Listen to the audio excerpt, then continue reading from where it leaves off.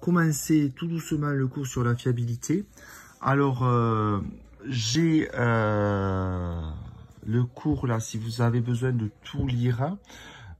Étudier la fiabilité, c'est chercher une probabilité, en fait, de telle manière que l'objet qu'on étudie ne tombe pas en panne avant le temps t. Voilà.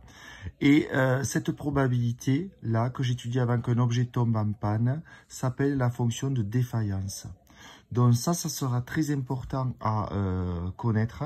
Donc moi, je vous demande au minimum d'écrire pour aujourd'hui ce cours. Voilà, je dis que T, grand T, c'est le résumé en fait. C'est la variable aléatoire qui associe le temps de bon fonctionnement avant que la machine tombe en panne ou sa durée de vie avant défaillance.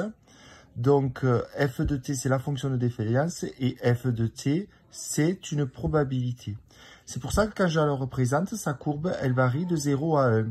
Au départ, aucun matériel ne tombe en panne et plus le temps passe, plus la probabilité de tomber en panne est importante. Et à la fin, pratiquement toutes les machines sont tombées en panne. Alors, cette fonction, dans la réalité, on l'étudie en fonction d'un nombre de machines. Imaginez qu'on ait un nombre de machines grand N, par exemple 50 machines. En fonction du temps, on regarde les machines qui sont tombées en panne. Ça permet d'estimer, il faudrait que je le souligne, d'estimer, voilà, cette fonction. Donc, il y a plusieurs manières d'estimer cette fonction avec les rangs bruts, voilà. Les rangs moyens, ça c'est quand on a un petit échantillon pour éviter de tomber sur une absurdité, on n'ajoute plus 1. Et les rangs médians, ça rend quelque chose de plus lisse, mais dans chaque exercice, on vous dira quelle est la méthode des rangs qu'il faut utiliser. Donc votre travail, c'est de faire un cours, de recopier ça. Et tout simplement de vous... Alors vous pouvez, pour ceux qui sont motivés, faire cet exercice, il est corrigé. Cet exercice, voilà, vous le faites et vous avez le corrigé, je compte sur vous. Si vous êtes motivé, vous pouvez faire celui-là et si vous avez besoin, je vous le corrige. Alors, j'espère que vous voyez bien. Voilà.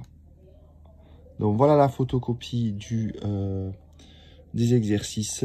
Ceux qui veulent lire la page en entier, s'il y a des questions, voilà. Et puis, la méthode des rangs moyens, c'est juste un mot. On va pas encore à la fonction de fiabilité, on le fera demain. Et peut-être cet exercice-là, juste un mot. Voilà, je vous le mets en entier.